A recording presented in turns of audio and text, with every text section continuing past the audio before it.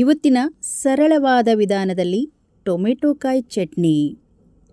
ಈ ಟೊಮೆಟೊಕಾಯಿ ಚಟ್ನಿ ಇಡ್ಲಿಗೆ, ದೋಸೆಗೆ, ಅನ್ನಕ್ಕೆ ಎಲ್ಲದಕ್ಕೂ ಚೆನ್ನಾಗಿರುತ್ತೆ. ನಾವು ಹೇಗೆ ಟೊಮೆಟೊಕಾಯಿ ಚಟ್ನಿ ಮಾಡೋದು ಅಂತ ನೋಡ್ಕೊಂಬರೋಣ. ಮೊದಲಿಗೆ ಟೊಮೆಟೊಕಾಯಿ ಚಟ್ನಿ ಮಾಡಬೇಕಂದ್ರೆ ಕಡಲೆಬೀಜ ಮೇನ್ ಆಗಿರುತ್ತೆ. ಕಡಲೆಬೀಜ ಒಂದು ಅರ್ಧ ಬೌಲ್ ತೊಗೊಂಡು ಇದನ್ನು ಗರಿಗರಿಯಾಗಿ ಫ್ರೈ ಮಾಡಿ ಪಕ್ಕದಲ್ಲಿ ಇಟ್ಕೊಳ್ಳೋಣ. ಈಗ ಟೊಮೆಟೊಕಾಯಿ ತೊಗೊಂಡಿದ್ದೀನಿ. ಕೆಲವೊಂದು ಹಸುರಿದೆ, ಸ್ವಲ್ಪ ದೋರ್ಗ ಇದೆ. ಈ ಥರ ಇದ್ದರೂ ಪರವಾಗಿಲ್ಲ. ಟೊಮೆಟೊಕಾಯಿ ಚಟ್ನಿ ತುಂಬ ಚೆನ್ನಾಗಿರುತ್ತೆ.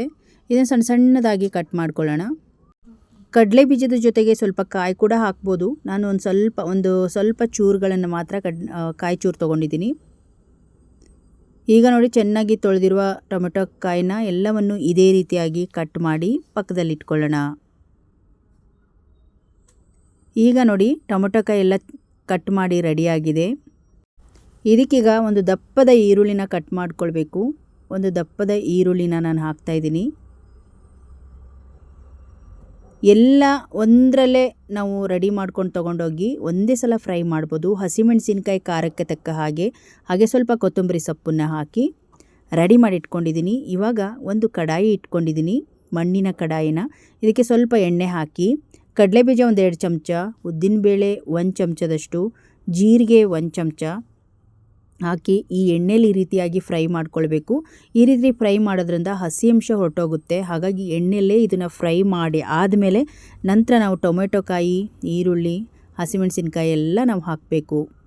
ಇದನ್ನು ಏನಿಲ್ಲ ಅಂದರೂ ಒಂದು 5 ನಿಮಿಷಗಳ ಕಾಲ ಇದನ್ನು ಫ್ರೈ ಮಾಡ್ಕೊಳ್ಬೇಕು. ಟೊಮೆಟೊಕಾಯಿ ಮತ್ತು ಹಾಕಿರುವ ಎಲ್ಲ ಪದಾರ್ಥಗಳು ಹಸಿ ಅಂಶ ಸ್ಮೆಲ್ ಹೊರಟೋಗಬೇಕು. ರುಚಿಗೆ ತಕ್ಕಷ್ಟು ಉಪ್ಪನ್ನು ಹಾಕಿ ಚೆನ್ನಾಗಿ ಒಂದು ರೌಂಡ್ ಮಿಕ್ಸ್ ಮಾಡಿ ಪ್ಲೇಟನ್ನು ಮುಚ್ಚಿ 5 ನಿಮಿಷ ಬೇಯಿಸ್ಕೊಂಬಿಡಿ. ಈ ರೀತಿ ಬೇಯಿಸೋದ್ರಿಂದ ಚೆನ್ನಾಗಿ ಸ್ನ್ಯಾಶ್ ಥರ ಆಗುತ್ತೆ ಟೊಮೆಟೊಕಾಯಿ. ಇವಾಗ ನೋಡಿ, ಟೊಮೆಟೊಕಾಯಿ 5 ನಿಮಿಷ ಆಗಿದೆ, ಚೆನ್ನಾಗಿ ಬೆಂದಿದೆ. ಹಸಿಮೆಣಸಿನ್ಕಾಯಿ ಕೂಡ ಬೆಂದಿದೆ. ಇದೇ ರೀತಿಯಾಗಿ ಚೆನ್ನಾಗಿ ಒಂದು ರೌಂಡ್ ಮಿಕ್ಸ್ ಮಾಡಿಕೊಂಡು ಈಗ ಫ್ರೈ ಮಾಡಿರುವ ಕಡಲೆಬೀಜನ ಹಾಕ್ತಾಯಿದ್ದೀನಿ. ಸ್ವಲ್ಪ ಕಾಯಿ ಚೂರು ತೊಗೊಂಡಿದ್ದೀನಿ. ಕಾಯಿ ಸ್ವಲ್ಪ ಜಾಸ್ತಿ ಆದರೂ ನೀವು ಹಾಕ್ಬೋದು. ಇದೆಲ್ಲದನ್ನು ಚೆನ್ನಾಗಿ ಮಿಕ್ಸ್ ಮಾಡಿದರೆ ನೋಡಿ, ಚಟ್ನಿಗೆ ಇದು ರೆಡಿ ಇದೆ. ಈಗ ಇದು ತಣ್ಣಗಾಗಬೇಕು. ಸ್ವಲ್ಪ ತಣ್ಣಗಾದ್ಮೇಲೆ ಮಿಕ್ಸಿ ಜಾರಿಗೆ ಹಾಕಬೇಕು. ಇದಕ್ಕೆ ಬೇಕಿದ್ರೆ ನೀವು ಎಳ್ಳು ಬೇಕಾದರೂ ಹಾಕ್ಬೋದು. ಬಿಳಿ ಎಳ್ಳನ್ನು ಫ್ರೈ ಮಾಡುವಾಗ 1 ಚಮಚದಷ್ಟು ಎಳ್ಳು ಹಾಕಿದ್ರೂ ಇನ್ನೂ ಥಿಕ್ನೆಸ್ ಆಗಿ ಟೇಸ್ಟು ಕೂಡ ಡಿಫ್ರೆಂಟ್ ಆಗಿರುತ್ತೆ. ನಾನಿಲ್ಲಿ ಎಳ್ಳು ತೊಗೊಂಡಿಲ್ಲ, ಹಾಗಾಗಿ ಕಡಲೆ ಬೀಜವನ್ನು ಹಾಕಿದ್ದೀನಿ. ಈಗ ಮಿಕ್ಸಿಲೇ ರುಬ್ಬಿ ಪಕ್ಕದಲ್ಲಿ ಇಟ್ಕೊಂಡಿದ್ದೀನಿ. ಈಗ ಅದೇ ಕಡಾಯಿಗೆ ಸ್ವಲ್ಪ ಎಣ್ಣೆ, ಸಾಸಿವೆ, ಜೀರಿಗೆ ಮತ್ತು ಸ್ವಲ್ಪ ಕರಿಬೇವು ಸೊಪ್ಪು, ಇಂಗನ್ನು ಹಾಕಿ ಒಗ್ಗರಣೆ ಮಾಡಿಕೊಂಡು ರುಬ್ಬಿರುವ ಚಟ್ನಿನ ಹಾಕ್ತಾಯಿದ್ದೀನಿ. ತುಂಬ ಸುಲಭ ವಿಧಾನ. ಒಂದು ರೌಂಡ್ ಚೆನ್ನಾಗಿ ಫ್ರೈ ಮಾಡಿಬಿಟ್ಟು ಮಿಕ್ಸಿ ಹಾಕಿದರೆ ಆಯಿತು ನೋಡಿ.